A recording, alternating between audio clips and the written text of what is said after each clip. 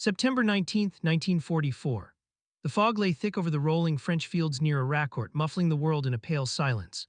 Inside a Sherman tank crouched four men, tired, wary, and unaware that in their ammunition rack lay 6 rounds that would rewrite the rules of armored warfare.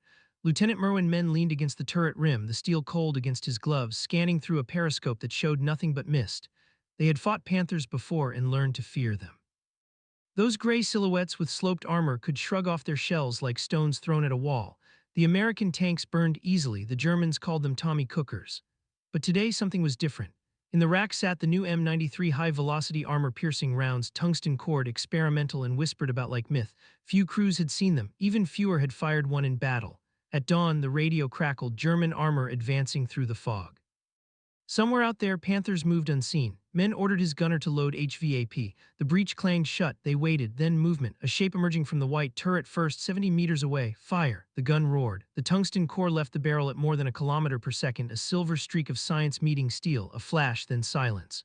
When the fog cleared, the Panther was a wreck, its turret cracked open like an eggshell. In that moment, every man inside that Sherman felt it, fear replaced by disbelief. For the first time, they had killed a Panther from the front.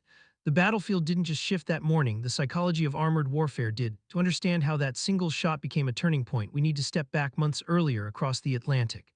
In early 1944, American ordnance officers faced a grim reality. The M4 Sherman, backbone of Allied armored forces, could no longer hold its own against Germany's evolving machines. The Panther was not a heavy tank, yet its design made it nearly untouchable from the front. Its 75 high-velocity cannon could destroy a Sherman from over a mile away, while its own armor, sloped and hardened, turned American shells into sparks. Reports from Normandy had already warned of this imbalance, shells bouncing off, crews dying in infernos. Eisenhower himself was furious. "You mean our 76 can't knock them out? What the hell have we been sold?" he barked during one meeting. But the issue wasn't just the gun, it was the ammunition. The standard M62 rounds flattened harmlessly against the Panther's glacis. Engineers knew the weapon could do more if it fired something denser, faster, harder. That solution came from metallurgy rather than tactics. A tungsten carbide core encased in a lightweight body that concentrated all its energy on a tiny point. The result was the M93 HVAP round, a bullet of desperation and innovation born in secret laboratories and small workshops from Colorado to Connecticut. Tungsten was scarce, imported mostly from China and guarded like gold. So each Sherman that received HVAP carried only a few of them, 5, maybe 6. Crews called them miracle shots. Commanders warned, use them only when it matters. And when they finally reached the front, they weren't just new ammunition, they were hope packed into steel casings. Against the fog and fire of France, hope sometimes mattered as much as armor. The arrival of those rounds couldn't have come at a more desperate moment. By September 1944, George S. Patton's Third Army was running low on everything except ambition. Fuel, spare parts, even food had to cross hundreds of miles of shattered roads, but morale, thin as it was, still burned. The 4th Armored Division advanced toward the German border, unaware that 2 fresh panzer brigades waited ahead. The Germans were betting everything on the Panther's superiority. 90 new tanks, factory fresh, men barely trained, rolled toward Arracourt believing they'd crush the Americans in days. The fog was their ally, or so they thought. Thick clinging, it turned the battlefield into a ghost world. But the Americans held the high ground, their Shermans positioned like hunters in the mist. When the first Panthers emerged, their turrets cutting through the haze, the Americans didn't panic. They waited. Lieutenant Kenneth Lameson's company fired first, using HVAP. The tungsten cores punched through German mantlets that had once been invincible. Explosions echoed across the valley, muffled by the fog.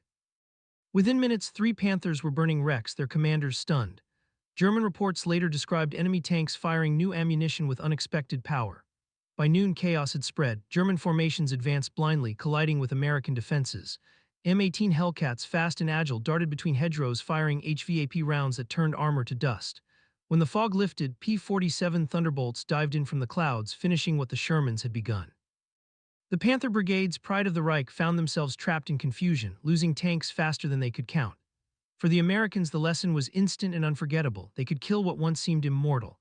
And belief, once lost, had returned. By the third day, the battlefield around Arracourt smelled of oil, smoke, and disbelief.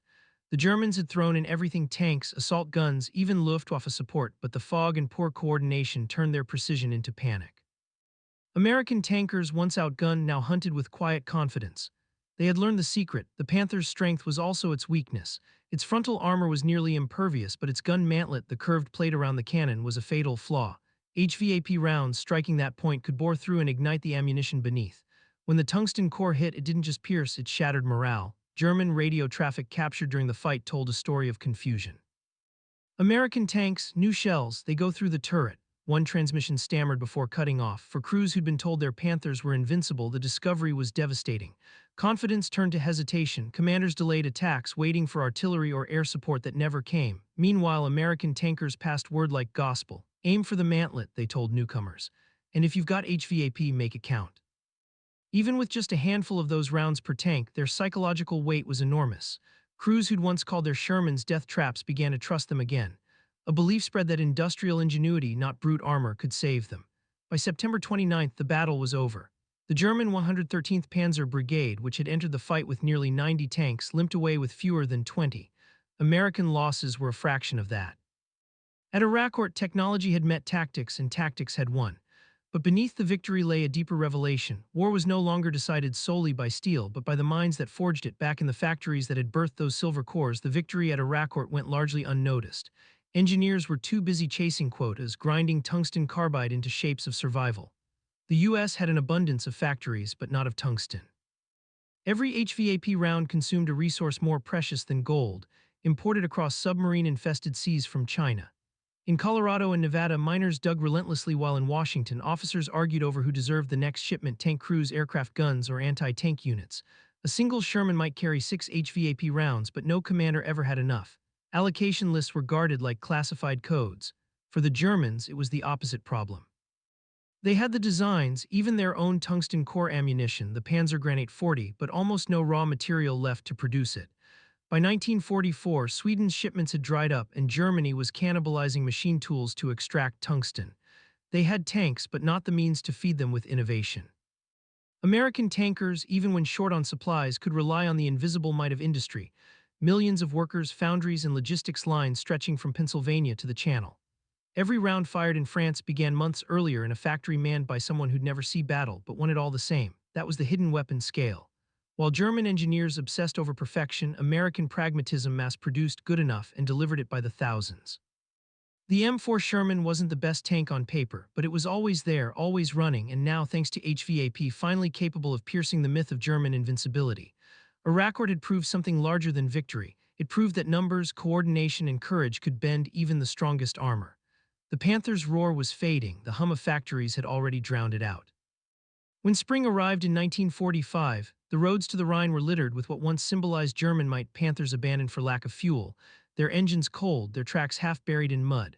American tankers passed them without fear now, some stopping only long enough to marvel at the ruins of what had once terrified them.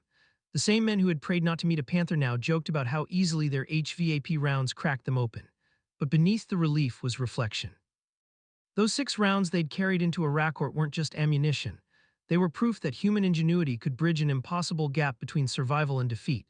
For historians, the numbers would tell a simple story: 86 German tanks destroyed, 25 Shermans lost, yet what mattered more couldn't be counted. The psychological war had shifted. The Germans had built machines that embodied arrogance, the Americans had built weapons that embodied adaptation.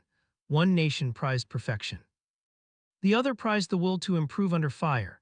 And in that contrast lay the truth of modern warfare.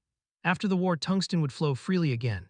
In Korea, Shermans armed with HVAP rounds faced Soviet-built T-34s and destroyed them with ease, a belated vindication for every crewman who'd fought in France. In time, engineers would refine the same principle into new generations of penetrators. Depleted uranium, discarding sabots, the same physics reborn. But every line of those blueprints traced back to the tungsten heart of the M93 round, and to the morning when fog and courage turned the tide. The men of Arracourt proved that victory isn't just about having the strongest armor. It's about daring to believe your weapon and your will can pierce anything that stands in your way.